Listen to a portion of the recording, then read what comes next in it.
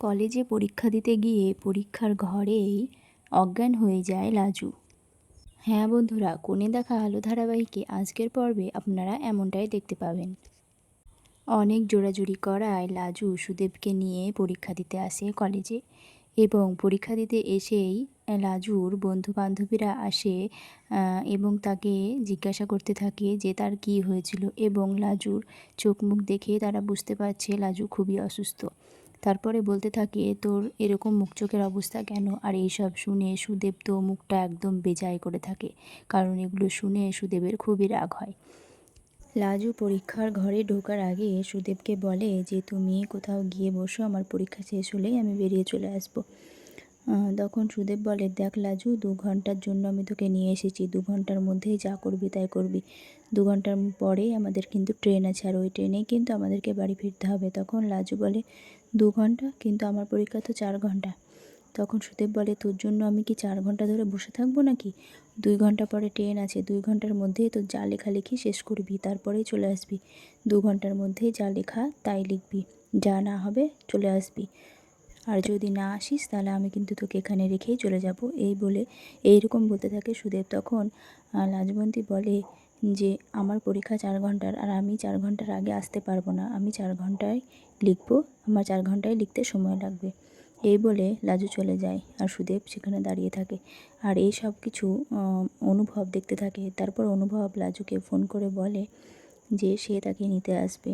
তারপরে লাজু পরীক্ষার ঘরে চলে যায়। এদিকে সুদেবকে বনলতা ফোন করে এবং জিজ্ঞাসা করতে থাকে লাজুর কথা। তখন বনলতা বলে, সুদেব বলে যে লাজুকে 2 ঘন্টা 4 ঘন্টার পরীক্ষা, লাজুকে 2 ঘন্টার করতে বলেছে, কিন্তু লাজু সেটা করবে না।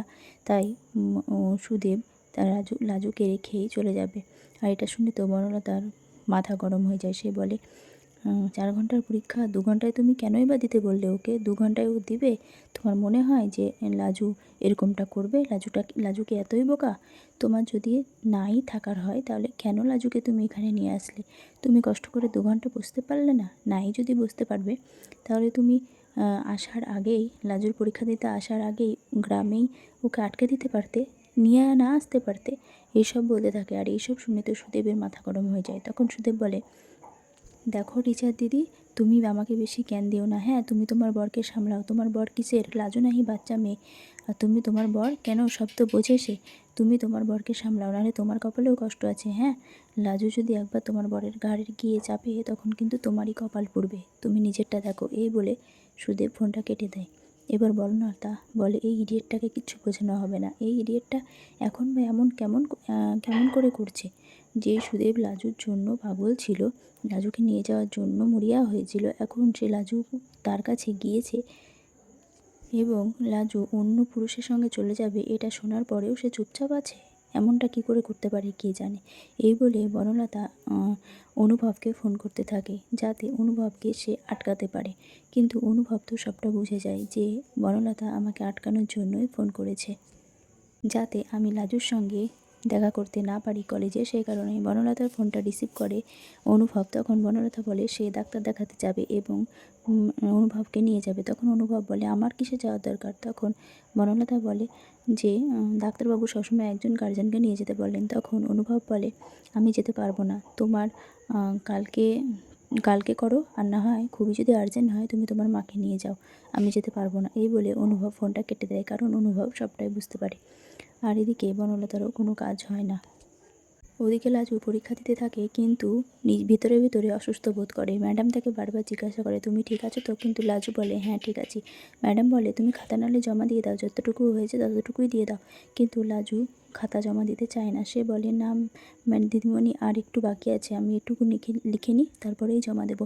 এই বলে লাজু সবটা শেষ করে, তারপরে ম্যাডামকে খাতা জমা দিয়ে দেয়। কিন্তু জমা দেওয়ার পরে লাজু দাঁড়ায় এবং লাজুর মাথাটা ঘুরে যায় এবং বেঞ্চের উপর মাথা দিয়ে লাজু অজ্ঞান হয়ে যায়। ম্যাডাম এটা দেখে খুবই আশ্চর্য হয়ে যায়। তারপরে অনুভব যেহেতু ওর লোকাল গার্জেন, তাই অনুভবের কন্ট্যাক্ট নাম্বার সেখানে ছিল এবং অনুভবকে ম্যাডাম কল করে এবং আসতে বলে। অনুভব তো খুব তাড়াহুড়ো করে লাজুর শরীর খারাপ শুনে চলে আসে এবং এসে লাজুর সাময়িক ট্রিটমেন্ট করা হয় এবং জ্ঞান আসে এবং অনুভবকে সমস্ত দেখার দায়িত্ব দেওয়া হয়, যাতে লাজু সব কিছু ঠিকঠাকভাবে মেনটেন করে চলে এবং নিজের শরীরের যত্ন নেয়।